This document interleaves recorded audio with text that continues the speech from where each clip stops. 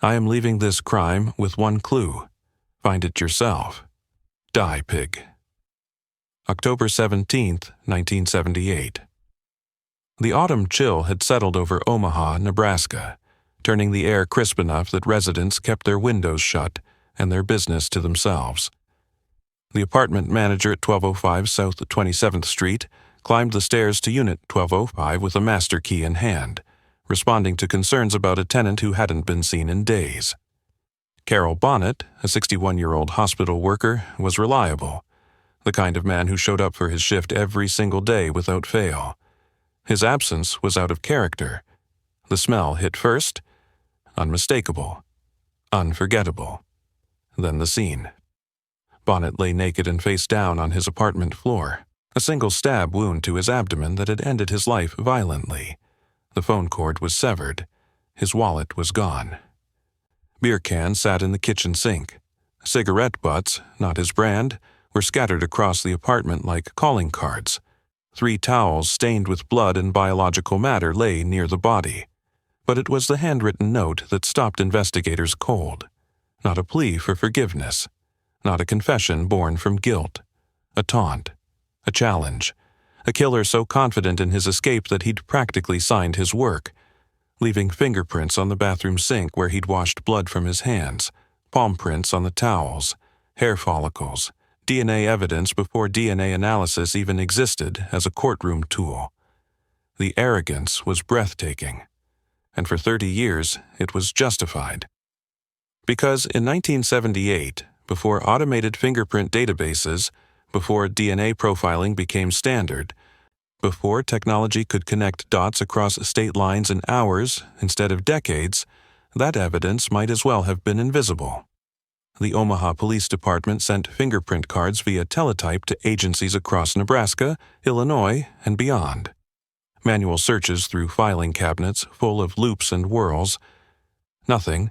The killer knew something they didn't. He couldn't be caught. Not yet.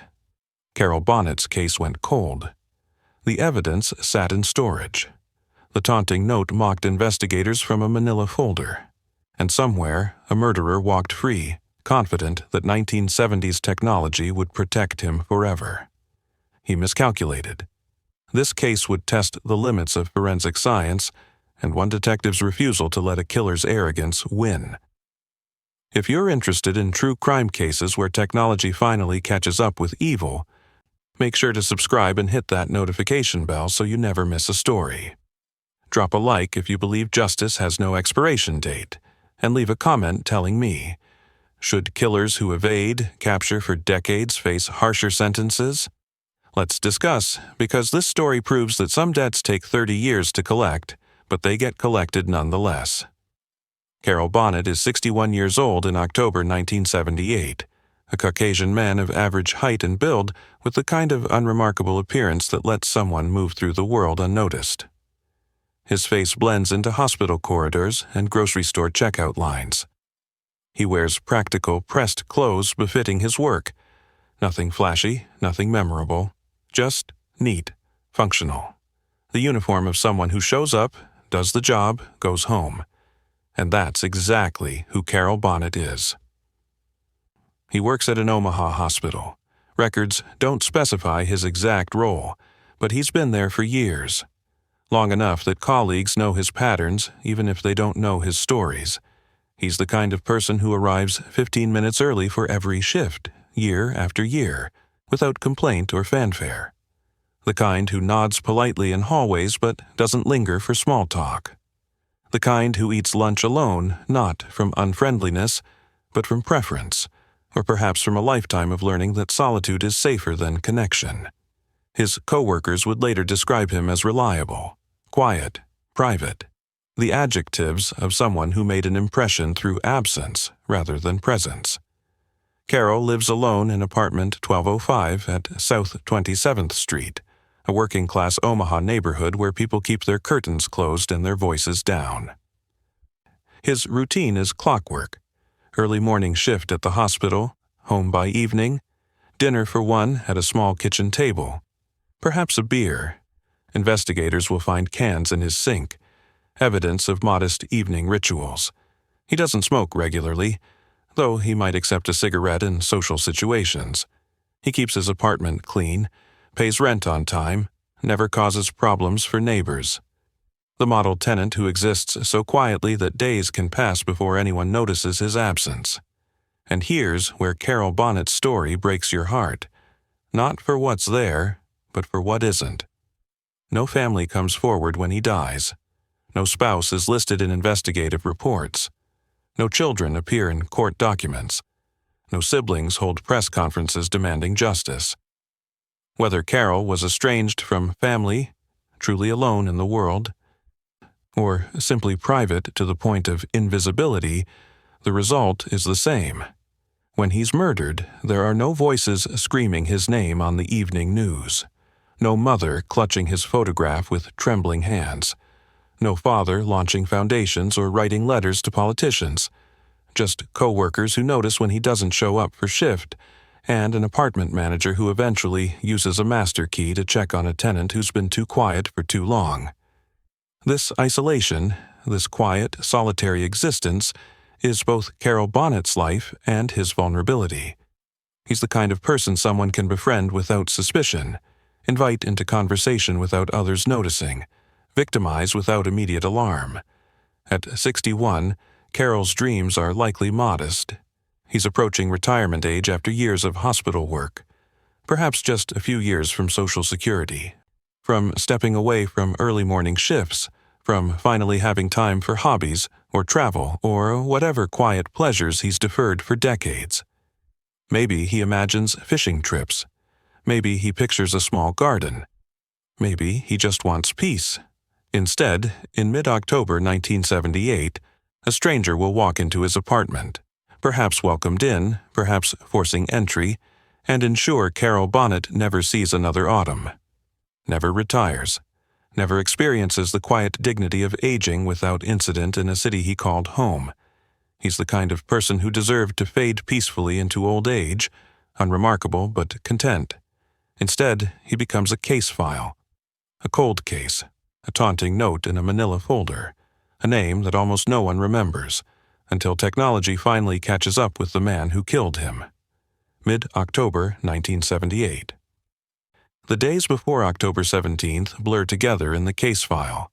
No one can pinpoint Carroll Bonnet's exact final hours because no one was watching closely enough. He was a man who could vanish for days before anyone noticed, days before death. Location unknown, Omaha. A witness sees Bonnet with another man, white male, early 20s, approximately 5'8" to 5'10", medium build, dark hair, possibly a mustache. They're talking. The interaction seems unremarkable. The witness thinks nothing of it at the time. 30 years later, shown a 1978 photograph of Jerry Watson, the witness will confirm. That's him. Had Watson knocked on Bonnet's door, playing the friendly stranger? Had they met somewhere in the neighborhood, a bar, a corner store, and Bonnet, lonely and trusting, invited this young man back for a beer? The apartment complex at 1205 South 27th Street sits in working-class Omaha, where autumn chill keeps windows shut and neighbors keep to themselves. Walls are thin enough to hear raised voices, but this is a place where people mind their own business. Evening or night, exact date unknown. Inside apartment 1205, beer cans in the kitchen sink suggest social drinking. 2 cigarette butts in the apartment, not Bonnet's brand, indicate time spent talking, perhaps hours. What did they discuss? Did Watson study the apartment layout, mentally cataloging exits and valuables? Did Bonnet sense danger, or did he die still believing this stranger was a friend? The phone cord gets severed first, premeditation or panic. Either way, it cuts off Bonnet's lifeline. Then violence. A single stab wound to the abdomen, precise enough to be fatal, suggesting confrontation rather than ambush. The medical examiner will later determine this wound caused Bonnet's death. Signs of struggle throughout the apartment indicate Bonnet fought back. At 61, he wasn't going quietly. 3 towels near the body contain biological matter, the involuntary physical response to trauma and imminent death. One towel holds a hair that isn't Bonnet's. The killer has washed blood from his hands in the bathroom, leaving fingerprints and palm prints on every surface he touched. But then comes the arrogance. Watson doesn't just flee. He strips Bonnet's body. Degradation or evidence removal. Investigators will never determine which. He takes the wallet, pocketing whatever cash exists inside. He grabs car keys from wherever Bonnet kept them. He leaves his cigarette butts scattered like calling cards. DNA evidence decades before DNA analysis becomes standard. And then, in handwriting that will be analyzed by the U.S. Secret Service, he writes on paper, "I am leaving this crime with one clue. Find it yourself. Die, pig." He places the note where investigators can't miss it. A taunt, a challenge. The confidence of someone who knows 1978 technology can't touch him. October 17, 1978. Morning or early afternoon. Outside apartment 1205. The apartment manager climbs the stairs, master key in hand. Bonnet hasn't been seen in days. Unusual for a man whose hospital colleagues describe as reliable to the point of predictability. The manager knocks first. Protocol, no answer. The key turns in the lock. The smell hits first. Anyone who's encountered death knows it immediately. Sweet and putrid, biological decay that triggers primal revulsion. The manager's hand is still on the doorknob when understanding crashes through denial. Then sight. Bonnet face down on his apartment floor. Naked, motionless. 3 towels nearby, stained dark. Beer cans visible in the kitchen. The severed phone cord dangling uselessly. The manager backs out, hands shaking, pulls the door shut. Finds a phone that works. Dials police within hours. Crime scene, 1205 south of 27th Street. Omaha Police Department descends. Photographers document every angle. Evidence technicians lift fingerprints from the bathroom. Clear prints on surfaces where someone washed blood away. Palm prints on towels. Hair samples collected. Cigarette butts bagged. Beer cans tagged. The handwritten note carefully preserved. Items left behind. The empty spaces that tell stories. The hospital scrubs Bonnet never put on for his next shift. Hanging in his closet. His wallet missing. But photographs show where it usually sat on the dresser, the dust outline still visible. His car keys gone. But the parking spot where his vehicle should be sits empty. Neighbors will report seeing the car days before. Now it's vanished. Days later. Cicero, Illinois. Approximately 500 miles from Omaha. Bonnet's stolen car is recovered, abandoned with stolen Illinois license plates. Inside, another cigarette butt, same brand as those in the apartment. The car sits blocks from where a 19-year-old named Jerry Watson lives with family.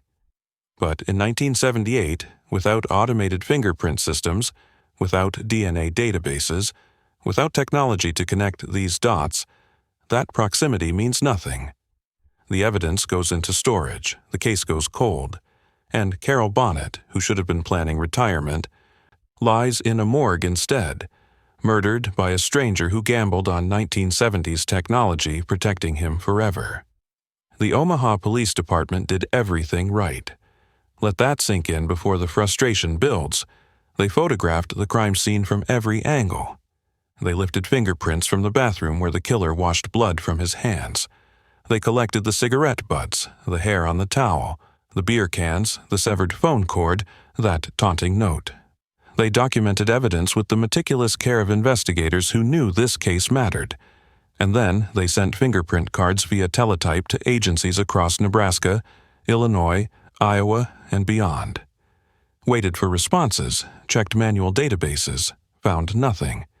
They did everything right for 1978. The problem was, 1978 wasn't enough.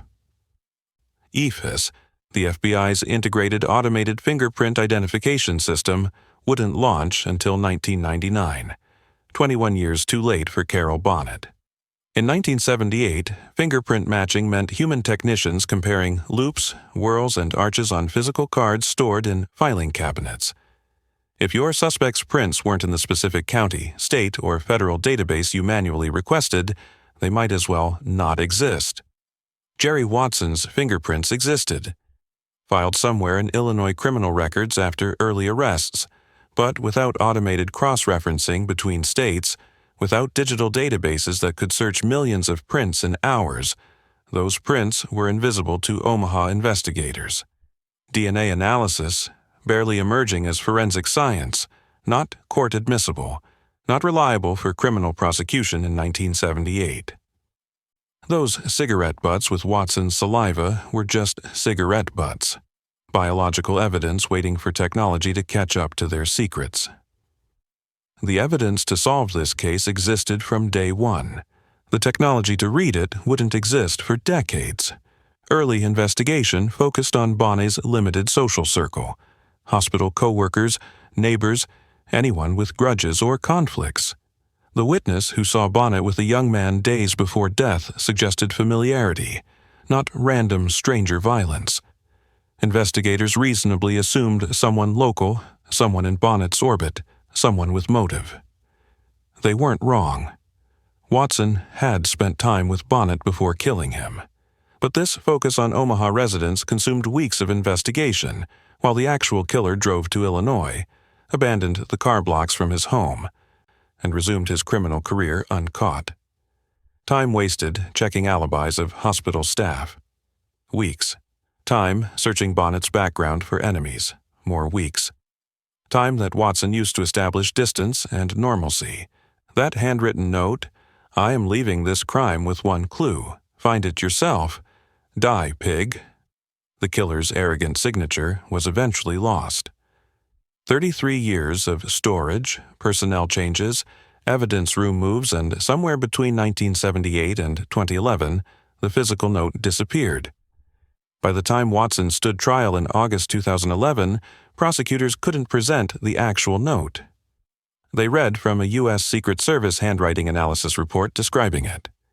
The conviction held, fingerprints and DNA were overwhelming, but that note represented evidence management failures that plague cold cases.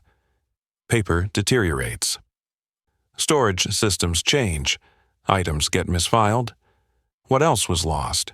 What other potential evidence degraded in 3 decades of storage? Days after Bonnet's murder, his stolen car is recovered in Cicero, Illinois, approximately 500 miles from Omaha. Stolen Illinois license plates attached. One cigarette butt inside matching the brand from Bonnet's apartment. Jerry Watson lives blocks from where that car sits abandoned. He's already on Cicero police radar for burglaries and petty crimes. His fingerprints are in Illinois criminal databases. He's 19 years old, building a rap sheet that will span decades. But in 1978, without automated systems cross-referencing prints from the car against local criminals, that proximity is meaningless. Cicero police process the car as abandoned vehicle. Omaha investigators note the Illinois connection but can't manually search every young criminal in Cicero against their evidence. Watson was right there. The smoking gun sat blocks from his home. And technology limitations meant investigators couldn't see him. If only Cicero PD had run every local burglar's prints against the car evidence. If only interstate fingerprint comparison was automated in 1978. If only someone had thought to canvass the neighborhood where the car was found and shown Watson's photo to that Omaha witness. This case has no institutional cover-up, no protected suspect, no authority interference. Just the honest limitations of an era before forensic technology caught up with criminal mobility. Every few years, a detective pulls the Bonnet file, reviews the evidence, manually checks fingerprint databases again. Maybe new criminals have been added, maybe matches exist now. Nothing. Tips trickle in periodically. Someone remembers seeing a suspicious person in the neighborhood in 1978. Someone claims their cousin confessed. Someone has a theory. Investigators follow each lead because that's the job. Each one goes nowhere. The case becomes institutional memory. The one with the taunting note. The one they couldn't solve. The cautionary tale about pre-digital forensics. One investigator, years later, reflecting on the case, "We had everything we needed from day one. The killer left us his fingerprints, his DNA, his damn calling card. we just had to wait 30 years for technology to tell us what it all meant.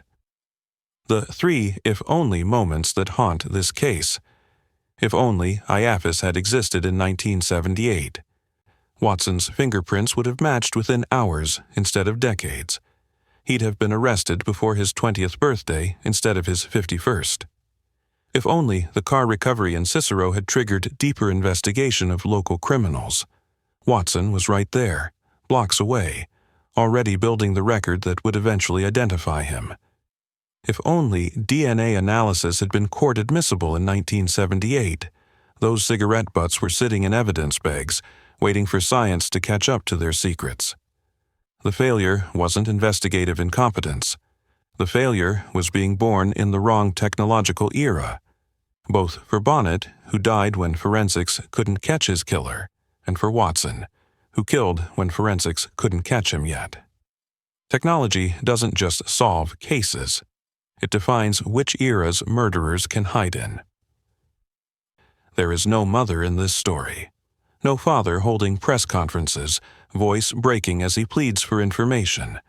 No siblings organizing search parties or launching foundations. No children demanding justice with their parents' photograph clutched in trembling hands. Carroll Bonnet's case file is almost silent on family. Court documents from his 2011 trial don't mention family impact statements. FBI reports celebrating the forensic breakthrough don't quote grieving relatives. News coverage of the arrest doesn't interview anyone saying, "We never gave up hope." The silence is deafening, and it's part of his tragedy. Most murder victims leave behind people who refuse to let the world forget. Mothers who call the police department every year on the anniversary, asking if there's been progress. Fathers who convert garages into investigation command centers, walls covered with maps and timelines, spending retirement savings on private investigators. Siblings who speak at press conferences, keeping their loved one's name in headlines. Pressure on departments to prioritize the case. Carroll Bonnet had none of this. Whether through estrangement, geographic distance, or the reality that at 61 he simply had no close family left, when he died violently in October 1978, there were no voices screaming his name on the evening news, no vigils at the courthouse, no reward funds established by heartbroken relatives, no foundation named in his memory. Just an apartment manager who found him, hospital co-workers who noticed his absence, and detectives who inherited a file that no one was demanding they solve. In true crime, we talk about family pressure as if it's a secondary factor in investigations. It's not. Family pressure keeps cold cases alive. Family pressure gets DNA retesting funded. Family pressure means anniversary press conferences that remind the public someone is still waiting for answers. Carroll Bonnet's case went 30 years without that pressure, and it almost stayed cold forever because of it. But here's what separates this case from thousands that remain unsolved.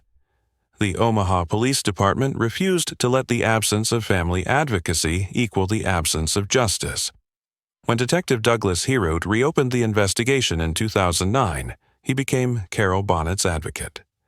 When senior crime laboratory technician Laura Casey received that routine inquiry from Florida law enforcement in December 2008, she didn't file it away.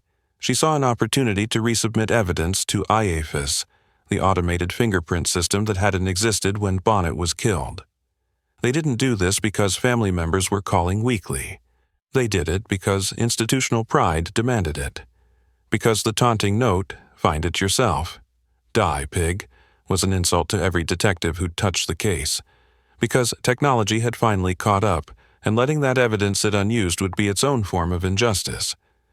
Imagine dying violently and having no one count the anniversaries. October 17, 1979. First anniversary. The case is active but stalling. Original detectives have exhausted manual fingerprint database checks. The apartment at 1205 South of 27th Street has new tenants who don't know what happened there. No memorial service is documented. No candlelight vigil, just a file in a cabinet.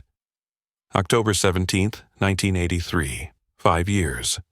The original investigating officers are moving on to new cases, approaching retirement. Evidence boxes sit in storage, meticulously preserved but gathering dust. Bonnet would have been 66, perhaps retired by now. Instead, his killer is 24, building a criminal record in Illinois that no one connects to the Omaha murder. October 17, 1988. 10 years, a decade. Bonnet would have been 71. The case exists primarily as institutional memory. Older detectives tell younger ones about the one with the taunting note. New forensic technologies are emerging. DNA analysis is becoming standard. But without family pushing for retesting, old cases wait their turn behind fresh crimes with living victims demanding answers. October 17, 1998. 20 years, 2 decades. YAFIS has been operational for years, revolutionizing fingerprint matching. Somewhere in an evidence room, Bonnet's fingerprint cards sit in their original 1978 packaging, waiting for someone to think, maybe we should resubmit these. But cold case units have limited budgets. Cases with family advocates get priority. Cases where mothers call every week. Cases where fathers offer reward money. Bonnet's case waits. October 17, 2008. 30 years, 3 decades. The original investigators are retired or deceased. The neighborhood where Bonnet lived has changed. Omaha has changed. Technology has transformed law enforcement beyond what 1978 detectives could imagine. The case file is digital now, scanned from yellowing paper. And it's almost too late, because in November 2010, Jerry Watson will be eligible for parole. 2 more years of bureaucratic delay, and the killer walks free again. Cases with grieving mothers become television specials. Cases with persistent fathers get featured on true crime podcasts. Cases with advocacy foundations receive private lab funding for advanced DNA analysis. Carroll Bonnet's case was solved because a routine fax from Florida law enforcement in 2008 prompted someone to pay attention. Laura Casey had the initiative to resubmit prints to IFAS instead of filing the inquiry away. Detective Herod refused to let technological advancement go unused. Institutional pride, not family demands, drove the investigation forward. It took 30 years. It took a random inquiry from out of state. It took a technician who cared enough to try one more time. Someone identified Carroll Bonnet's body. Someone handled his final affairs. Someone attended whatever quiet funeral occurred. We don't have their names. They didn't give interviews. They didn't hold press conferences or create memorial scholarships. But the absence of public grief doesn't mean absence of private sorrow. Perhaps distant relatives preferred privacy in an era before true crime entertainment made victims' families public figures. Perhaps hospital co-workers mourned quietly, attending a small service before returning to shifts where they'd never see him again. Perhaps someone visited his grave on October 17th anniversaries, leaving flowers no news cameras captured. Or perhaps he truly was as alone in death as he was in life. A reality that makes his murder even more tragic. He lived quietly. He died violently. And even his justice came 3 decades later without fanfare beyond forensic circles. The absence of family advocacy in Carroll Bonnet's case reveals an uncomfortable truth about cold case justice. Not every victim has someone fighting for them. Some victims die alone. Some cases go cold because there's no mother on television, no father offering rewards, no siblings keeping the story alive. And those cases, the ones without advocates, without pressure, without someone refusing to let the world forget, those are the cases that test whether law enforcement truly believes every victim matters. Carroll Bonnet's case passed that test. Barely, 30 years late. But it passed. Not every victim has family members who can fight for them. Some cases rely entirely on detectives who refuse to let files gather dust, even when no one's calling them for updates. If you believe that every victim deserves justice, regardless of who remembers them, hit that subscribe button and turn on notifications, because Carroll Bonnet's story proves that even the forgotten can be avenged. Drop a like if you think cold cases without family advocates should still get priority, and leave a comment. What keeps you invested in cases where the family isn't publicly present? Let's discuss, because this matters more than we realize. The world moves on. The Omaha of 1978 becomes unrecognizable by 2008.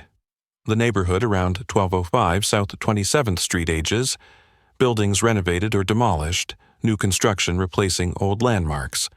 The apartment where Carroll Bonnet died houses dozens of new tenants over 3 decades. Young couples move in. Families raise children. Someone celebrates a birthday in the room where a man was murdered. None of them know. The hospital where Bonnet worked for years undergoes expansion, renovation, modernization.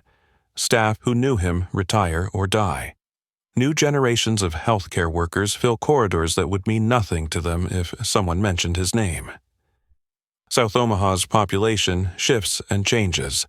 Businesses close. New ones open. The city that knew Bonnet's murder as front-page news in 1978 has largely forgotten by 1988. Certainly by 1998, absolutely by 2008. The only constant is the evidence box sitting in storage. Case file marked with a number that means nothing to anyone except the detectives who occasionally pull it, review it, add a few pages of fruitless follow-up, then file it back on the shelf. 1980s.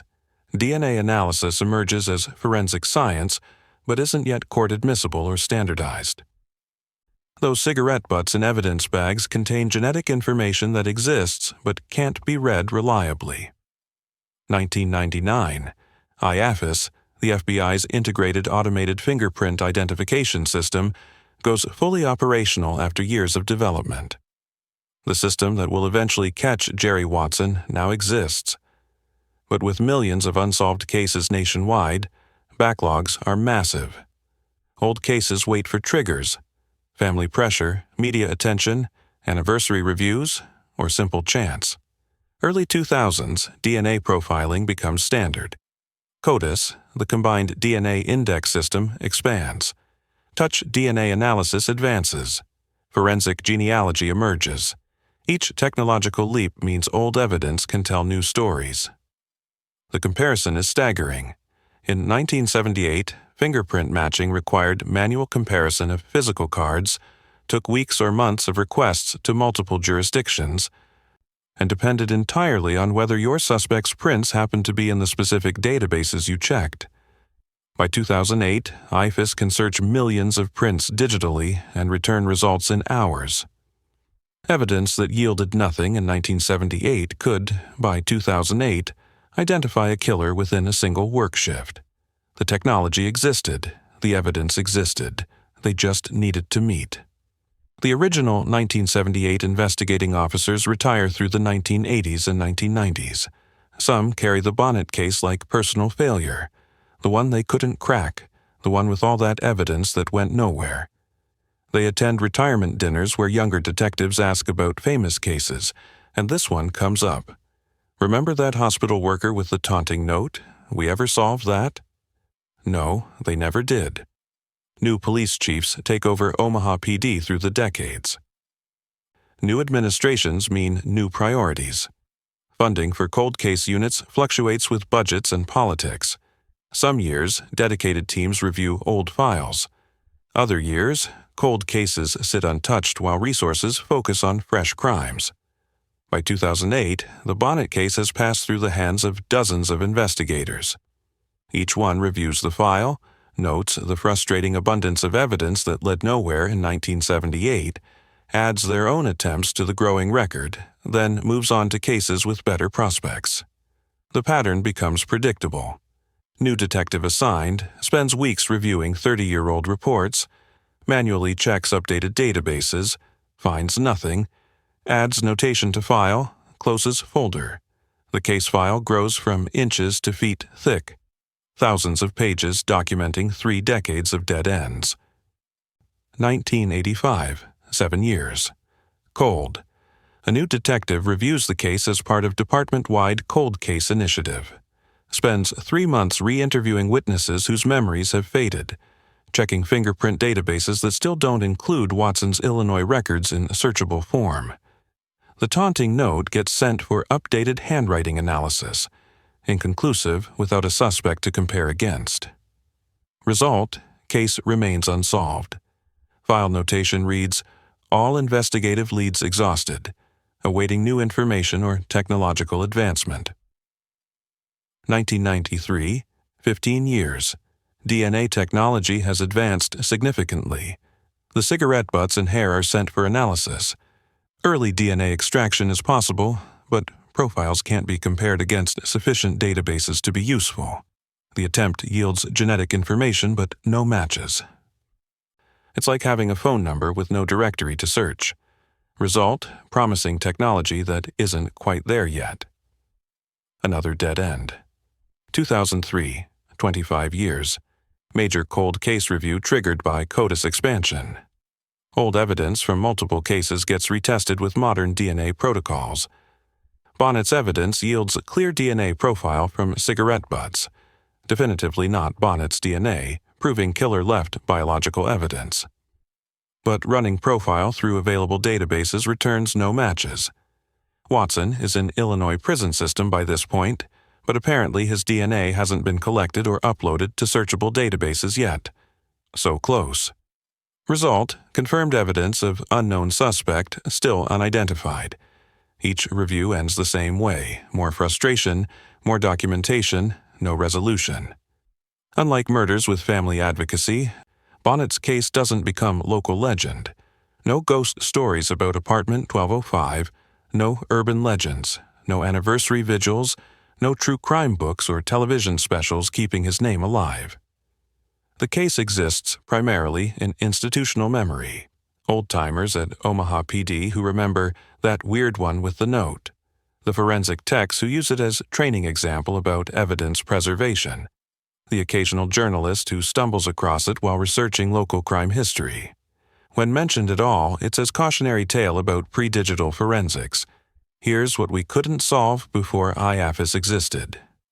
Case HR78 XXX sits on a shelf in Omaha Police Department evidence storage for 10,157 days, 30 years exactly. The cardboard has aged from brown to dusty beige. The label, once typed on a 1970s typewriter, has faded but remains legible. Inside, sealed plastic bags containing cigarette butts with DNA waiting to be read, fingerprint cards with Watson's loops and whorls preserved perfectly, hair follicles in envelopes, photographs of the crime scene showing that taunting note in its original position. The physical car was eventually scrapped after initial processing, but photographs and prints from it remain.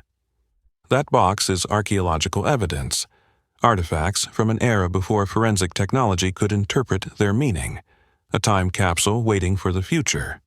While evidence sits preserved in storage, Jerry Watson lives free for 21 years after IAFIS launches. He commits burglaries in Illinois, gets arrested, serves time for drug offenses, gets released, repeats the pattern. By 2008, he's incarcerated at Lawrence Correctional Center on unrelated charges, ironically positioning him exactly where IAFIS will eventually find him: fingerprinted, documented, searchable. He killed in 1978. The technology that will catch him launched in 1999. The math is cruel. Watson got 21 bonus years of freedom simply by committing murder before fingerprint databases were automated. He didn't evade capture through brilliance. He just had the dumb luck of timing, killing in an era where evidence spoke only to those with the right technology to hear it. December 2008. 30 years, 1 month, and 23 days after Carroll Bonnet's body was discovered. A fax machine hums in the Omaha Police Department's cold case unit. Standard thermal paper rolls out. A routine inquiry from the Florida Department of Law Enforcement asking about case status on the 1978 Bonnet homicide. Why Florida is asking about a 3-decade-old Nebraska murder remains unclear. Perhaps a similar case. Perhaps a lead. Perhaps simple interdepartmental coordination. But that fax lands on Senior Crime Laboratory Technician Laura Casey's desk at exactly the right moment in technological history. Casey pulls the original evidence file, case number stamped October 1978, cardboard aged to beige, contents preserved in sealed bags for 3 decades. Inside, fingerprint lift cards from Bonnet's bathroom, the surfaces where the killer washed blood from his hands before writing that taunting note. In 1978, these prints were photographed, cataloged, sent via teletype to Nebraska State Patrol, Illinois' databases after the car recovery, surrounding states. Manual comparison by human technicians checking physical cards in filing cabinets. Result: nothing. December 2008, Casey submits the prints digitally to IAFIS, the FBI's integrated automated fingerprint identification system that's been operational since 1999, but rarely used for cases this old without specific triggers. Within 5 hours, the system returns candidate matches. 30 years of manual searching. 5 hours with automated technology. The math is almost offensive. Casey performs manual comparison against IAFIS candidates, the final human verification step. Loop patterns match, ridge characteristics align, bifurcations correspond exactly. The fingerprints belong to Jerry Watson. Date of birth, approximately 1959, making him 19 years old in October 1978. Current status: incarcerated at Lawrence Correctional Center, Illinois, serving time for burglary and drug charges. Scheduled parole release, weeks away in early 2010. After 30 years of waiting, investigators suddenly face a deadline. Get him before he walks free again. Detective Douglas Hirut takes lead on what's now a live investigation. Background check on Watson reveals connections that would have solved this case in 1978 if technology had existed to see them. Watson's hometown, Cicero, Illinois.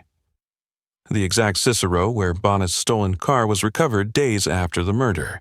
Abandoned with stolen Illinois license plates. Watson's 1978 address. Blocks from where that car sat waiting to be found. Watson's Omaha connection, relative living in the city whom he'd visited in fall 1978, placing him in Omaha during the precise time frame of Bonnet's murder. The witness who saw Bonnet with a young man days before death, shown Watson's 1978 photograph 30 years later. That's him. Medium build, dark hair, early 20s, that's the man I saw. For 3 decades, this geographic proximity meant nothing, because the technology to connect those dots didn't exist. Now it means everything. Hirut obtains court orders for DNA collection from Watson during prison questioning. Meanwhile, forensic teams re-examine evidence that's been sitting in sealed bags since 1978. 2 cigarette butts collected from Bonnet's apartment. Not Bonnet's brand, left by someone who spent time there, possibly hours, drinking beer and smoking before or after murder. 1 cigarette butt from the stolen car, same brand, suggesting killer smoked while driving to Illinois. Hair on towel found near Bonnet's body, transferred during the violence or cleanup. 2009 DNA extraction and analysis capabilities are everything. 1978 wasn't. The results? Forensic details, DNA analysis, cigarette butts, apartment, nuclear DNA profile extracted from saliva on cigarette filters. Match to Jerry Watson, 99.99% probability. Random match probability, 1 in 7.2 trillion. Analysis performed by Nebraska State Patrol Crime Lab with independent verification. The statistical impossibility of coincidence. More people would need to exist on Earth by a factor of thousands. DNA analysis. Cigarette butt. Stolen vehicle. Profile consistent with cigarettes from apartment. Same donor, same astronomical match probability. Placed Watson not just in Bonnet's apartment, but in the stolen vehicle driven 500 miles to Illinois. Hair analysis. Microscopic comparison and mitochondrial DNA sequencing. Hair characteristics consistent with Watson's known samples. While not as definitive as nuclear DNA, when combined with other evidence, established Watson's physical presence at crime scene during or immediately after violence. Fingerprint evidence. 11 points of comparison on bathroom surfaces. IAFIS standard requires minimum 12 for absolute certainty, but combined with palm print evidence and DNA, identification considered definitive. Palm prints on towels. 16 points of comparison, well exceeding identification threshold. Lead forensic analyst's assessment. The convergence of fingerprint, palm print, and DNA evidence from multiple sources creates a probability of wrongful identification so low as to be functionally impossible. This is the suspect who killed Carroll Bonnet. Watson's criminal history reveals what he became after getting away with murder at 19. Career criminal specializing in burglary and theft. Exactly what the Bonnet crime scene suggested. Botched burglary escalating to violence when confronted. 1980s, multiple burglary arrests in Illinois. 1990s, drug charges, theft convictions. 2000s, continued pattern, eventually landing in Lawrence Correctional Center. The Thrifty Nickel advertisement found at the scene with Jerry W. scribbled on it, dismissed for 30 years as meaningless notation, suddenly becomes prophetic evidence. Watson's calling card left behind like his fingerprints and DNA. By late 2009, investigators possess what prosecutors call the triangle of certainty. Physical evidence, fingerprints and palm prints definitively placing Watson at crime scene biological evidence. DNA from multiple sources, cigarettes, hair, proving Watson's presence. Circumstantial evidence, geographic proximity, witness identification, criminal pattern, motive, burglary gone wrong. There is no fourth explanation. No alternate theory, no reasonable doubt. The evidence pointed to someone who'd been free for 32 years. Someone who'd committed the murder as a teenager and lived an entire adult life afterward. Someone who'd been arrested multiple times for crimes similar to what killed Bonnet, burglary, theft, but never connected to the 1978 homicide. Someone who lived blocks from where he abandoned Bonnet's car, confident 1970s technology would never find him. Someone who'd left that taunting note, "I am leaving this crime with one clue. Find it yourself. Die, pig." Believing his arrogance was justified. That person was Jerry Watson. November 2010, Lawrence Correctional Center, Illinois. Days before scheduled parole release. Watson, now 51 years old, is arrested by law enforcement armed with warrants, DNA evidence, fingerprint matches, and 3 decades of delayed justice. He'd lived 32 years of freedom he didn't deserve. Been to prison for other crimes and gotten out. Built a life, such as it was, around petty criminality. All while Carroll Bonnet lay in his grave, and evidence sat in boxes waiting for technology to evolve enough to read it. For 30 years, Watson lived free in Illinois, the state where he'd abandoned his victim's car. Every arrest, every fingerprinting, every booking photograph added to databases that couldn't yet connect him to Omaha. Every release from prison for burglary or drugs was another escape he didn't deserve. He'd returned to the scene of his escape, Cicero, confident the geographical distance and technological limitations would protect him forever. The case that virtually nobody remembered. No family advocacy, no media attention, no public pressure keeping it alive, suddenly makes headlines. Cold case solved after 32 years. IAFIS technology catches 1978 killer. Taunting note backfires as science advances. The irony is exquisite. Watson left that note confident his one clue, fingerprints everywhere, would never identify him. He was right about 1978 technology.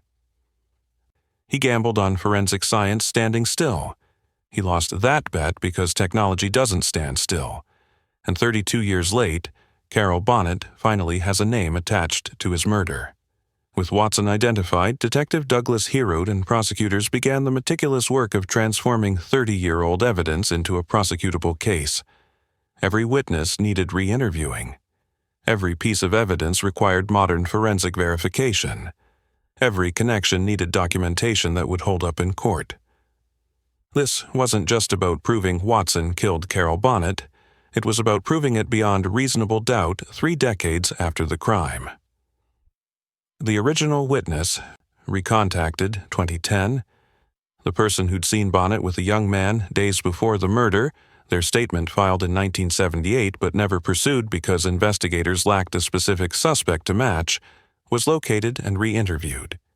Detective Hirut showed them a photo array including Watson's 1978 booking photograph from an early Illinois arrest. The witness studied the images. Their hand hovered over Watson's photo. This one. The build is right. The hair, the age. I remember thinking he seemed young to be spending time with someone Bonnet's age, but I figured maybe family or something. This is the man I saw with Carroll Bonnet. This placed Watson physically with Bonnet in the days before death. Not just in Omaha, not just in the neighborhood, but with the victim. The prosecution could now establish relationship, opportunity, and timeline. The witness's 2010 statement. I've thought about that day 1,000 times over the years, wondering if I should have paid more attention. When I heard they'd arrested someone, I wasn't surprised they wanted to talk to me again. That image has been in my head for 32 years. Investigators tracked down people who'd lived on the block where Bonnet's stolen car was abandoned in 1978. Several remembered the vehicle, particularly because of the mismatched stolen Illinois plates that eventually got it noticed and reported. One former neighbor, now in their 70s, recalled, "There was a young man, early 20s, who lived a few houses down. Jerry, I think his name was, always in trouble for petty stuff, breaking into garages, stealing from cars. When that Nebraska car showed up with stolen plates, the police checked it out, but I don't think anyone connected it to the local kids. Why would they? It was from out of state." That proximity, Watson living blocks from where he abandoned his victim's car, became devastating circumstantial evidence. He'd driven 500 miles, parked the stolen vehicle practically in his own neighborhood, and walked home confident no one would connect him to a murder in Nebraska. The relative Watson had visited in fall 1978 was contacted by investigators. The conversation was documented in case files. Yes, Jerry stayed with us for a few weeks in October 1978. He was young, maybe 19, said he was looking for work, needed a place to crash. He left suddenly, I remember, because he took off without much explanation. Just said he needed to get back to Illinois. I thought it was odd at the time, but Jerry was always a little unpredictable. Timing, Watson's sudden departure from Omaha corresponded with the days immediately following Bonnet's murder and the car's recovery in Cicero. The handwritten note. "I'm leaving this crime with one clue. Find it yourself. Die, pig," was Watson's signature arrogance. Though the physical note was lost sometime during 3 decades of evidence storage, the U.S. Secret Service had conducted handwriting analysis in the original investigation, and that report survived. The report documented specific characteristics of the handwriting.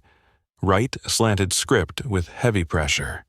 Specific letter formations consistent with rushed but deliberate writing. No attempt to disguise handwriting. Suggesting confidence.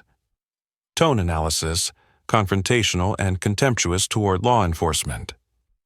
The report noted, "The writer exhibits characteristics consistent with someone who believes they have outsmarted investigators and wishes to demonstrate superiority." The phrase, "find it yourself," suggests the writer believes evidence left at scene will not lead to identification. By 2010, investigators could obtain Watson's handwriting samples from prison records, intake forms, correspondence, disciplinary reports. While handwriting analysis isn't as definitive as fingerprints or DNA, forensic document examiners compared the note's characteristics to Watson's known writing. Similarities in letter formation, spacing, and pressure patterns were consistent. The note became symbolic of Watson's miscalculation. He'd left his one clue, fingerprints everywhere, confident 1978 technology couldn't read it. He was right about the technology of his era. He didn't account for the technology of 2008. Found at the crime scene in 1978, the local advertisement newspaper had Jerry W. scribbled in margin. For 3 decades, it meant nothing. No last name, no context, no way to connect it to anything. After Watson's identification, it became another thread in the evidence web. Jerry W. Jerry Watson. Found in Carroll Bonnet's apartment. Combined with everything else, it suggested Watson had been in the apartment before, possibly looking through Bonnet's mail or papers, casually writing his own name while planning what would become murder. Prosecutors organized evidence into 4 categories for the August 2011 trial: physical evidence, fingerprints, multiple latent prints from bathroom surfaces where killer washed blood, matched to Watson through IFS with 100% certainty, palm prints. On towels near body, 16 points of comparison to Watson, exceeding 12-point identification standard. DNA, cigarette butts, apartment, 2 cigarettes, saliva analysis, 99.99% match probability to Watson, random match probability 1 in 7.2 trillion DNA. Cigarette butt, vehicle, 1 cigarette from stolen car, consistent with apartment samples, placed Watson in vehicle driven to Illinois. DNA, hair evidence, hair on towel, mitochondrial DNA consistent with Watson biological material on towels, matched to Bonnet, established victim identity and death scene, documentary evidence, handwriting analysis report, U.S. Secret Service documentation of Taunting note characteristics, consistent with Watson's known writing samples, thrifty nickel advertisement, Jerry W., notation found at scene car recovery records, Cicero Police Department documentation of vehicle found blocks from Watson's residence with stolen Illinois plates, witness statement, 1978, description matching Watson's physical characteristics and age, prison records, Watson's criminal history showing pattern of burglary and theft matching Bonnet crime scene indicators, Illinois arrest records, 1978 to 2010, documentation of Watson's location, fingerprints on file, criminal pattern, testimonial evidence, Laura Casey, senior crime laboratory technician, IAFIS match process, fingerprint comparison methodology, identification certainty, DNA forensic experts, cigarette butt analysis, statistical match probabilities, hair comparison, original witness, identification of Watson from 1978 photograph as man seen with Bonnet days before death, Detective Douglas Heroot, investigation timeline, evidence preservation, case reconstruction, Cicero residence, testimony about Watson living blocks from car recovery location Watson's Omaha relative, confirmation of Watson's presence in Omaha during October 1978, murder timeframe, circumstantial evidence,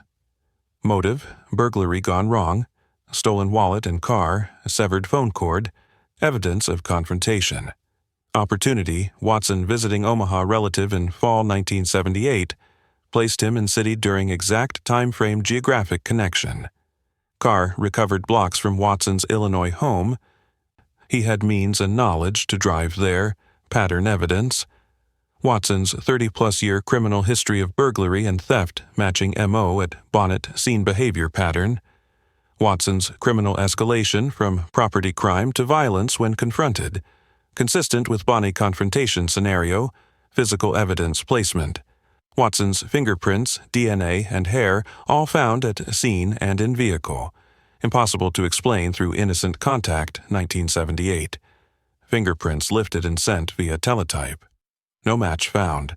If IAFIS had existed, Watson identified within hours. 1978. Car recovered in Cicero near Watson's residence. If automated fingerprint cross-referencing existed, Watson's proximity plus his prints in vehicle would have solved case immediately. 1980, 2010. Watson arrested multiple times in Illinois for burglary, drugs, theft. Each arrest meant new fingerprinting, new mugshots, new documentation. But without automatic comparison to unsolved murders in other states, each arrest was isolated event. Watson was in the system. His prints were filed. His DNA was collectible. His criminal history was documented. The evidence was preserved. but until IFAS connected dots across state lines and decades, each piece existed in isolation. The case against Jerry Watson wasn't circumstantial. It was overwhelming. Fingerprints, DNA, witness identification, geographic connections, criminal pattern. Each category alone was strong. Together, they formed an inescapable convergence. As the lead prosecutor would tell the jury, Jerry Watson left us everything we needed in 1978. His fingerprints, his DNA, his hair, his cigarettes, his arrogance. We just had to wait 30 years for technology to tell us what it all meant. Now it speaks clearly. This is the man who murdered Carroll Bonnet. November 2010. Conference room, Omaha Police Department headquarters. Detective Douglas Harrett sat across from Nebraska prosecutors and Illinois Department of Corrections liaisons. Maps of Lawrence Correctional Center spread across the table. Arrest warrant for Jerry Watson, first-degree murder, use of deadly weapon to commit a felony, signed by Douglas County Judge.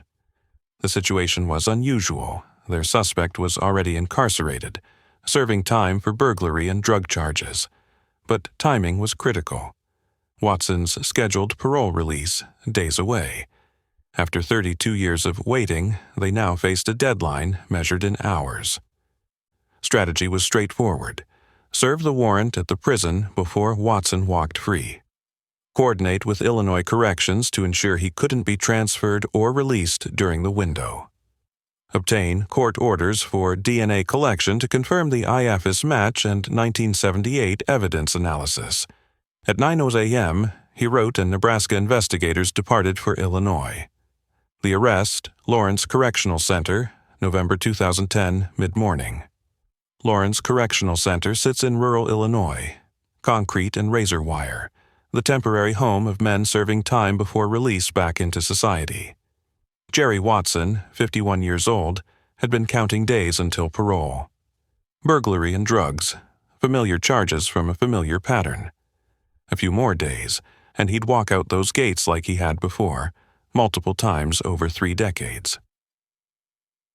He didn't know technology had finally caught up. Prison officials brought Watson to a meeting room, standard procedure when law enforcement from other jurisdictions needed to interview inmates. Watson entered wearing prison-issued clothing, presumably curious about why Nebraska detectives wanted to speak with him. Detective Herout stood. "Jerry Watson?" Watson nodded, probably expecting questions about Illinois crimes, maybe a Nebraska burglary they'd connected to him somehow. "You're under arrest for the murder of Carroll Bonnet in Omaha, Nebraska, on October 17, 1978. Watson's face, whatever expression crossed it in that moment, was witnessed by everyone in the room. Surprise, investigators later reported. The kind of surprise that comes from believing you've escaped something forever, only to discover it's been waiting patiently. 32 years. He'd been 19 when he killed Carroll Bonnet. He was 51 now. More than half his life lived in the freedom that murder should have cost him immediately. "I don't know what you're talking about," Watson said. "I don't know any Carroll Bonnet." The denial was immediate, automatic. The response of someone who'd convinced himself the past was buried. Herout continued. "We have your fingerprints from Carroll Bonnet's bathroom, your palm prints on towels at the scene, your DNA on cigarette butts in his apartment and in the car you stole. We have a witness who saw you with him days before his death. We know you visited a relative in Omaha in October 1978. We know you lived blocks from where you abandoned his car in Cicero." Watson's expression didn't change to confession. It hardened into the practiced denial of a career criminal who'd learned that admitting nothing was the only defense left. "I want a lawyer." Interview room, Douglas County Facilities, Omaha, Nebraska. After extradition from Illinois, Watson sat across from Herout and prosecutors. The room, standard law enforcement interview setup, table bolted to floor, recording equipment running, Miranda rights already read and acknowledged. Watson maintained his position, complete denial. Detective Herout employed the evidence presentation strategy. Jerry, let's talk about October 1978. You visited your relative in Omaha that fall. Don't remember that. You were seen with Carroll Bonnet days before he was murdered. Wasn't me. Your fingerprints, not similar, not kinda close, but your fingerprints are in his bathroom. Multiple prints. Palm prints on towels. You touched these surfaces? How do you explain that? I've never been in that apartment. Hirut placed crime scene photographs on the table. These cigarette butts were found in Carroll Bonnet's apartment. 2 of them. DNA analysis shows they contain your saliva. Your DNA, Jerry. Probability of random match, 1 in 7.2 trillion. Watson stared at the photographs. Said nothing. Another cigarette butt, same brand, same DNA, was found in Bonnet's stolen car. The car recovered in Cicero, blocks from where you lived. You drove that car from Omaha to Illinois. You smoked in it. You left your DNA. DNA can be contaminated. Hair found on a towel at the scene. Matches your hair, Jerry. Hair isn't definitive. You're right, hair alone isn't. But hair plus fingerprints plus DNA plus witness identification plus you living exactly where the stolen car was abandoned? That's not contamination, that's you. For hours, Hirut and prosecutors laid out the evidence. The witness description matching Watson's 1978 photograph. Medium build, dark hair, early 20s. The geographic impossibility. Watson visiting Omaha during the exact time frame, the car recovered in his neighborhood, the relative confirming his visit. The Thrifty Nickel advertisement with Jerry W. scribbled on it. The taunting note. I am leaving this crime with one clue. Find it yourself. Die, pig. And how Watson had been right about 1978 technology but wrong about technology standing still. Each piece of evidence met the same response. Denial, deflection, silence, or, I want to talk to my lawyer. Watson never confessed, never admitted being in Bonnet's apartment, never explained the fingerprints, the DNA, the cigarettes, the witness, the stolen car in his neighborhood. Prosecutors didn't need Watson's words. They had something more powerful, his biology and the laws of forensic science. Fingerprints, legally considered unique to each individual. Watson's prints in Bonnet's bathroom weren't similar, they were identical. No 2 people share fingerprints. DNA. Statistical probability of random match from cigarette butts, 1 in 7.2 trillion. The Earth's population is approximately 8 billion. The math doesn't allow for coincidence. Physical evidence convergence. Multiple independent evidence types. Fingerprints, palm prints, DNA from cigarettes, hair, witness identification, geographic connection. All pointing to the same person with astronomical certainty. Watson's silence couldn't erase his fingerprints from that bathroom sink. His denial couldn't change his DNA on those cigarette butts. His lawyer couldn't explain how an innocent man's biological evidence ended up at a murder scene and in a stolen vehicle. After the interrogation ended with Watson maintaining denial, Hirut sat in his office reviewing 3 decades of case files. The evidence boxes from 1978, the IAFIS match from 2008, the DNA analysis from 2009, the arrest in 2010. He left us everything we needed in 1978, Hirut later told colleagues. His fingerprints, his DNA, his hair, his cigarettes, even that taunting note daring us to find him. We just had to wait for technology to catch up, and when it did, his silence didn't matter. The evidence spoke louder than any confession ever could. Watson was formally charged with first-degree murder and use of a deadly weapon to commit a felony. Bail denied. He was held in Douglas County Jail awaiting trial. The date was set, August 2011. 10 months to build the prosecution. 10 months for Watson to sit in jail, no longer days from parole, but facing life imprisonment. 32 years after writing Find It Yourself, Jerry Watson would discover that forensic science had done exactly that. 10 months between Watson's November 2010 arrest and trial. He remained in Douglas County Jail without bail. Flight risk, severity of charges, 3 decades of freedom he shouldn't have had all argued against release. Prosecution strategy, overwhelm with forensic evidence. Fingerprints, DNA, witness identification, geographic connections. Make the science undeniable. Defense strategy, attack evidence handling over 30 years, question contamination possibilities, highlight the missing taunting note as example of sloppy preservation. Media coverage remained modest. This wasn't a case with grieving family holding press conferences or national true crime attention. Just local Omaha coverage of a cold case finally reaching trial. August 2011. Trial date set. Douglas County District Court, Omaha, Nebraska.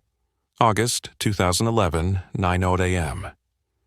The gallery wasn't packed, no family members filling front rows, no crowds of supporters wearing victims' photo buttons. Just local media, law enforcement who'd worked the case, courthouse regulars, and curious citizens who'd read about the 3-decade cold case solved by technology. Jerry Watson entered at 9:15 a.m., wearing a dark suit provided by his public defender, hands cuffed until seated at defense table. 52 years old now, gray-haired, face weathered by decades of prison time for other crimes. Expression, blank. The kind of practiced neutrality developed through multiple incarcerations. Judge presiding. Jury, 12 citizens selected over 2 days of voir dire, tasked with weighing evidence from 1978, analyzed with 2010 science. 9:30 a.m., trial began. Lead prosecutor stood facing the jury. In October 1978, Jerry Watson murdered Carroll Bonnet in his Omaha apartment, stole his wallet and car, and left a note daring investigators to catch him. He was 19 years old. He believed 1970s technology would protect him forever. The evidence will show Watson's fingerprints in the victim's bathroom, his DNA on cigarettes in the apartment and stolen car, his hair on a towel at the scene, a witness who saw him with the victim days before death, and 33 years of freedom he never deserved. Technology doesn't forget, science doesn't lie, and eventually, inevitably, justice catches up. The prosecution laid foundation. Timeline of murder, evidence collected in 1978, the cold decades, the 2008 IAFIS breakthrough. Each exhibit numbered, each piece of evidence photographed for jury view. Jury, attentive, taking notes. Defendant, motionless, eyes forward. Watson's attorney stood briefly.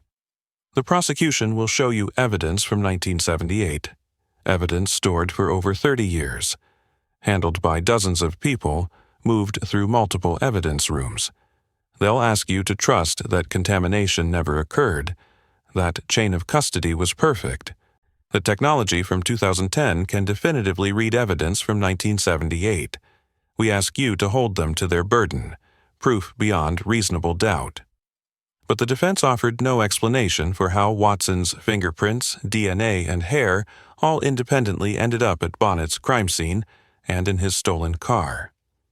Laura Casey, senior crime laboratory technician, Nebraska State Patrol, 23 years experience, took the stand. Her testimony, the IAFIS match that solved the case. I submitted the 1978 fingerprint cards to the FBI's Integrated Automated Fingerprint Identification System in December 2008. Within 5 hours, the system returned candidate matches. I performed manual comparison and identified Jerry Watson with absolute certainty. Casey walked the jury through fingerprint science, loops, whorls, ridges, the uniqueness of each person's prints. Visual aids showed Watson's fingerprints side by side with prints lifted from Bonnet's bathroom, point by point, match by match. Jury leaned forward, studying the comparison images. This was CSI made real, science delivering justice decades late. Cross-examination. Defense questioned 30-year storage conditions, whether prints could degrade. Casey held firm. Properly preserved fingerprints don't change. The ridges Jerry Watson was born with are the ridges that matched to the crime scene. Established. Watson's fingerprints were definitively in Carroll Bonnet's bathroom.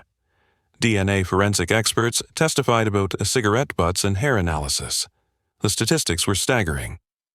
DNA extracted from saliva on 2 cigarette butts found in the victim's apartment matched Jerry Watson's DNA profile. Probability of random match, 1 in 7.2 trillion. The Earth's population is approximately 8 billion. This match is statistically impossible by coincidence. Additional DNA from cigarette butt in stolen car, same profile. Hair on towel at scene, mitochondrial DNA consistent with Watson. Visual presentation. DNA profiles displayed on screens, matching bands highlighted. Statistical improbability emphasized. Defense cross-examination. Extensive questions about evidence handling, potential contamination, reliability of DNA from cigarettes stored 30 years. Prosecution response. Evidence was properly sealed in 1978, stored under controlled conditions, tested by independent laboratories using current protocols. DNA science in 2010 far exceeds the reliability standards of even 10 years ago. Jury took extensive notes during statistical testimony. Defendant remained expressionless. Established. Watson's biological evidence was in Bonnet's apartment and stolen vehicle. The witness who'd seen Bonnet with a young man days before the murder testified, now decades older, but memory of that interaction preserved by giving statement in 1978. I saw Carroll with a younger man, maybe early 20s, medium build, dark hair. They were talking outside the apartment building. I thought maybe family or a friend. Shown photo array including Watson's 1978 booking photo. That's him, I'm certain. Same build, same age range, same general appearance. Cross-examination attempted to shake the identification. You saw this person for how long? From what distance? And you're identifying him 33 years later? Witness held. I gave this description in 1978, within days of seeing them. That description matches this photograph. I'm identifying the photo, not reconstructing a memory. Established. Watson was physically with Bonnet days before the murder. Detective Douglas Harroot testified, walking the jury through the convergence. Watson visited an Omaha relative in October 1978, placing him in the city during the murder timeframe. He was seen with the victim days before death. After the murder, Bonnet's stolen car was recovered in Cicero, Illinois, blocks from Watson's residence. Watson had a criminal history of burglary matching the crime scene indicators. Every independent piece of evidence points to the same person. Timeline displayed: Watson's Omaha visit, witness sighting, murder date, car recovery location, Watson's Cicero address, all aligned geographically and temporally. Cross-examination focused on, but you don't have the murder weapon, you don't have the stolen wallet, you don't have a confession. Harrout. We have his fingerprints where he washed blood from his hands. We have his DNA from cigarettes he smoked at the scene. We have his hair on a towel. We don't need the weapon when we have the perpetrator's biology throughout the crime scene. Established. Every circumstantial detail supported the forensic evidence. Prosecution read from the U.S. Secret Service handwriting analysis report, the physical note lost during decades of storage, but the analysis preserved. The handwritten note stated, I am leaving this crime with one clue. Find it yourself. Die, pig. Analysis indicated right-slanted script. Heavy pressure. Confrontational tone toward law enforcement. Writer exhibiting confidence in non-identification. Comparison to Watson's prison handwriting samples showed consistencies in letter formation and style. Defense highlighted the missing note. The prosecution asks you to convict based on a report about evidence they can't produce. The note itself, the supposed smoking gun of arrogance, is gone. Prosecution response: the note is supplementary. We're not convicting Jerry Watson based on handwriting analysis.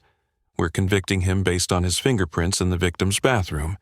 his DNA on cigarettes at the scene, and his hair on a towel. The note simply shows his mindset. He thought 1978 technology would never catch him. He was right about 1978. He was wrong about 2008. Watson never testified. Standard defense strategy when forensic evidence is overwhelming. Don't give prosecution a target for cross-examination. Don't risk contradictions. Let them prove their case and hope for reasonable doubt.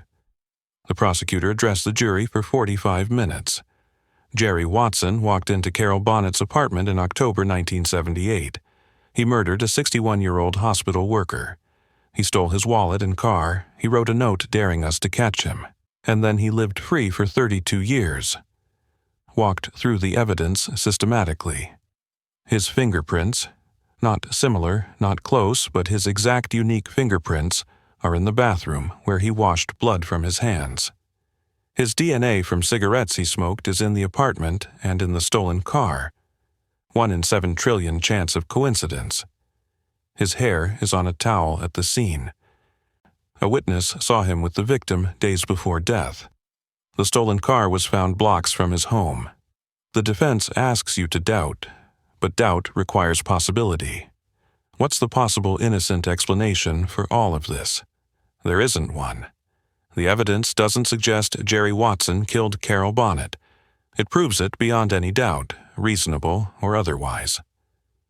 Watson's attorney focused on evidence handling, 30 years of storage, missing Taunting note, questions about contamination, but failed to address the fundamental question: how did Watson's fingerprints, DNA, and hair all end up at Bonnet's murder scene if he wasn't there? 1:30 p.m., jury began deliberating. August 2011, afternoon. Jury deliberated in closed room. No family waited in the hallway, no mother clutching rosary beads, no father pacing, no siblings holding hands.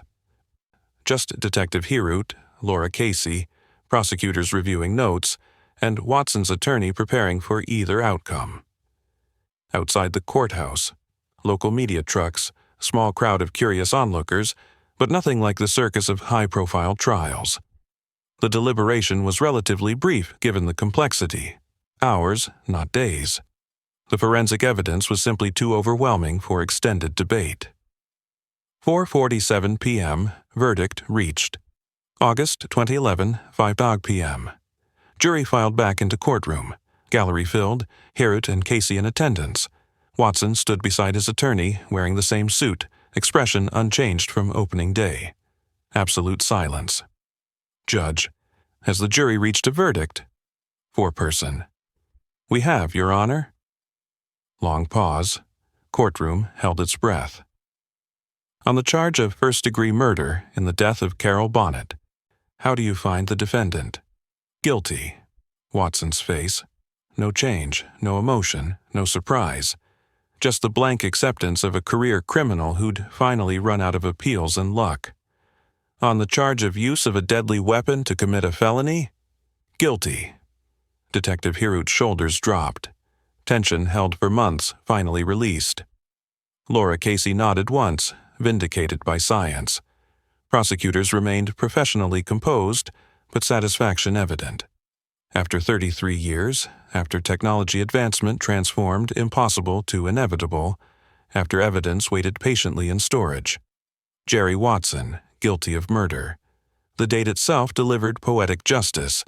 Exactly 33 years to the day Carroll Bonnet's body was discovered. No victim impact statements from family. The pattern of Bonnet's isolated life continued even at sentencing. Just prosecutors speaking for the victim who had no voice. Watson declined to speak. Judge's statement emphasized the brutality of stabbing a 61-year-old man, the arrogance of that taunting note, the 33 years Bonnet's family, if they existed, and community were denied justice, the forensic science that finally held Watson accountable, and Watson's continued criminal behavior over decades showing complete lack of rehabilitation or remorse. Sentence: life imprisonment for first-degree murder. 10-20 years for use of deadly weapon to commit felony, consecutive to life sentence. Effectively, Jerry Watson will die in prison. Watson, now 52, fled from courtroom in shackles. The smirking 19-year-old who wrote "Die, Pig" in 1978, replaced by aging convict facing the reality that technology doesn't forget and forensics don't expire. 33 years between murder and justice. Technology bridged that gap where manual investigation couldn't. If you believe cold cases deserve the same resources as fresh crimes, subscribe and hit the notification bell for more stories where persistence and science refuse to let killers hide. Drop a like to show these cases matter and comment, which trial moment hit hardest for you? The DNA statistics, the fingerprint match, or the 33-year wait? Your engagement helps these stories reach thousands more people who believe every victim deserves justice, no matter how long it takes. The verdict came 33 years, exactly, after Carroll Bonnet was found murdered in his Omaha apartment. There was no family outside the courthouse to speak to media, no mother clutching a tissue, finally able to say, "We got him." No father with arm around siblings, relief washing over faces that had carried grief for decades. No children who'd grown up without a parent, finally witnessing accountability. Just Detective Douglas Harrett and Laura Casey, the institutional advocates who'd become Bonnet's voice when no one else could. Just prosecutors satisfied that forensic science had delivered what 1978 couldn't. Just the quiet acknowledgement that even the forgotten deserve justice. Outside the courthouse, Harrut spoke briefly to local media. This case proves that evidence preservation matters. That cold cases aren't unsolvable, they're just waiting for the right technology. Carroll Bonnet waited 33 years. But justice came. No public statements from family following the verdict, no interviews with relatives, no foundation launched in Bonnet's name, no scholarships established, no annual gatherings to mark the anniversary of justice. The pattern of Bonnet's isolated life extended through his justice and beyond. Whether family existed in private grief, whether distant relatives felt relief at Watson's conviction, whether anyone visited Bonnet's grave after the verdict, none of this entered public record. Somewhere, perhaps someone exhaled. Perhaps someone thought, finally. Perhaps someone felt the weight lift slightly, but they kept it private, continuing the quiet dignity that seemed to characterize everything about Carroll Bonnet's existence. No law bears Carroll Bonnet's name. No Bonnet Act reformed cold case procedures. No memorial scholarship sends forensic students to college in his honor, but his case became something more subtle and perhaps more important: proof of concept. The case was honored with the FBI's 2012 Latent Hit of the Year Award, presented by FBI Latent and Forensic Support Unit Chief Joey L. Hicksonbaugh to Detective Douglas Harrut and Senior Crime Laboratory Technician Laura Casey in Omaha. This wasn't just recognition of one solved murder. It was validation of a principle. IAFIS can solve decades-old cases. Automated fingerprint matching doesn't just catch fresh criminals. It can reach back through time to connect dots that manual systems never could. Preserved evidence remains valuable indefinitely. Those fingerprint cards from 1978, stored properly for 30 years, were as useful in 2008 as the day they were lifted. Evidence doesn't expire if you protect it. Cold case units should routinely resubmit old evidence as technology advances. Laura Casey's decision to resubmit prints to IAFIS after a Florida inquiry created a template. When new technology emerges, old evidence deserves fresh examination. Even cases without family advocacy deserve resources. Bonnet had no one demanding justice, no media attention, no public pressure. His case was solved because investigators refused to let institutional memory fade, and because technology made the impossible routine. After the FBI award, how many other police departments pulled their 1970s and 1980s cold case files? How many latent prints got resubmitted to IAFIS? How many killers like Jerry Watson, confident that pre-digital forensics had failed, suddenly found themselves arrested decades later? The exact count is unknowable, but Bonnet's case became a teaching example. Forensic conferences featured it. Police academies used it to train investigators. Cold case units cited it when requesting funding for evidence resubmission programs. Jerry Watson's arrogance, that taunting note, those fingerprints everywhere, that certainty 1978 technology would protect him, became the cautionary tale that drove policy. Never assume evidence can't speak just because current technology can't hear it yet. No memorial service was documented after Watson's conviction. No candlelight vigils. The apartment building at 1205 South 27th Street doesn't have a plaque marking where Bonnet died. The hospital where he worked for years doesn't have a memorial garden. Omaha moved on. The neighborhood that barely remembered the 1978 murder didn't suddenly commemorate the 2011 conviction. Local media covered the trial, then moved to next stories. Bonnet's healing came in quieter form.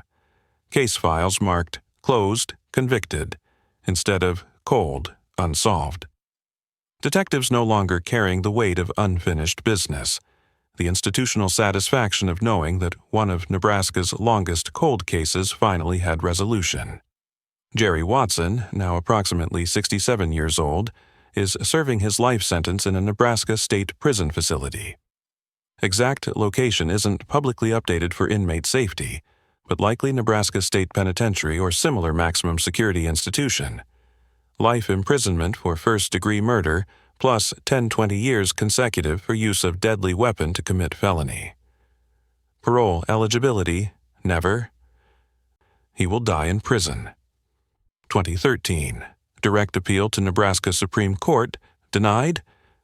Court rejected claims that 30-year pre-indictment delay violated due process, rejected insufficient evidence arguments. 2014.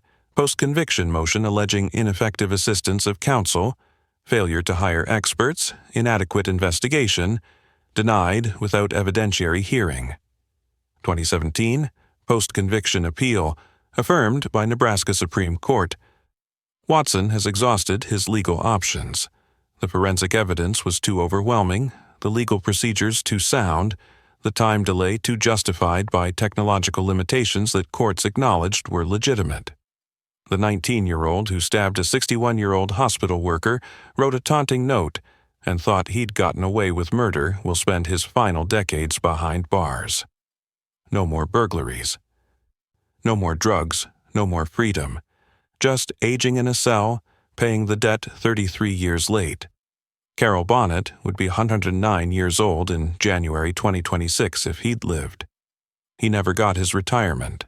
Never saw the 1980s, the fall of the Berlin Wall, the rise of the Internet, the world transformed by technology including the IAFIS system that would eventually catch his killer.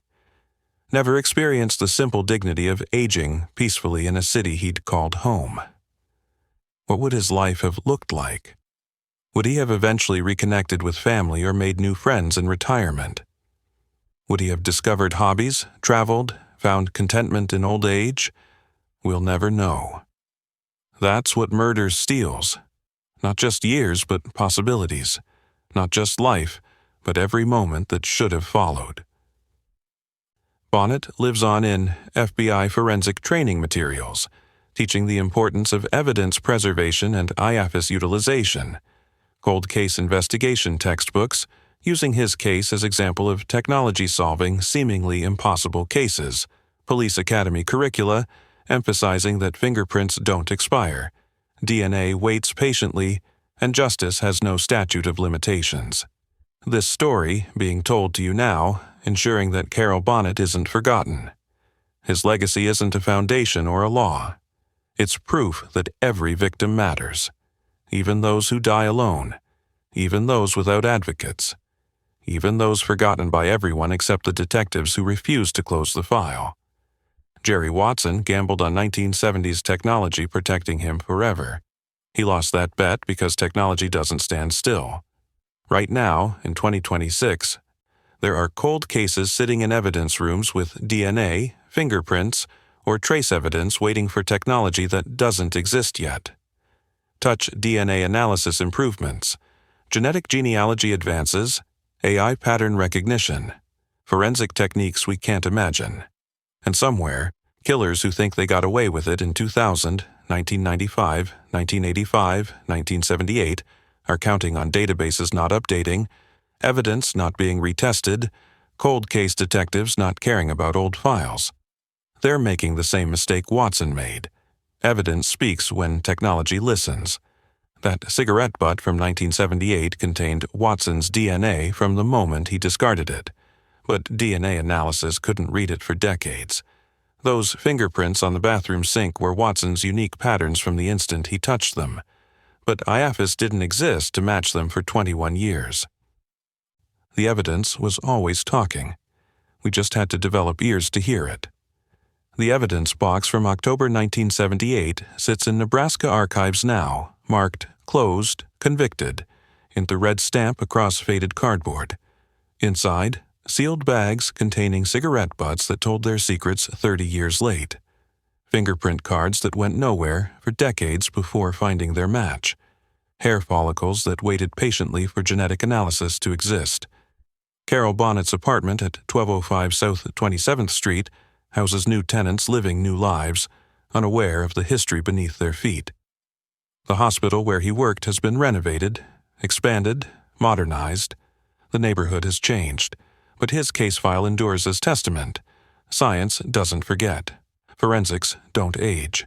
And some debts take decades to collect, but collect they will. To Jerry Watson in 1978, you were right. We couldn't find you. Then. To killers watching in 2026, the technology that doesn't exist today might catch you tomorrow.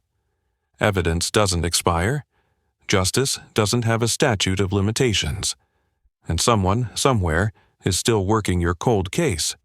The only question is whether technology will catch up before you die free, or whether you'll spend your final years exactly where Watson is now, behind bars, paying a debt decades overdue.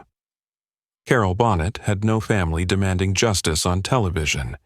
His case was solved because detectives refused to let evidence gather dust, and because technology finally caught up with evil. If you believe every victim deserves a voice, even those who died alone, even those without advocates fighting for them, hit that subscribe button and turn on notifications. Drop a like to show that these forgotten cases matter, and leave a comment. Which cold case breakthrough technology fascinates you most? Genetic genealogy connecting distant relatives? Touch DNA from items barely handled? AI pattern recognition finding connections humans miss? Your engagement keeps these conversations alive, because somewhere right now, a cold case is waiting for the next technological advancement to crack it wide open. Thanks for bearing witness to Carroll Bonnet's story. His life mattered. His justice mattered. And your attention to cases like his keeps pressure on departments nationwide to never give up, to preserve evidence perfectly, to resubmit old cases when new technology emerges. If you could time travel and give 1978 investigators one piece of 2026 technology, what would it be and why? Let's discuss in the comments.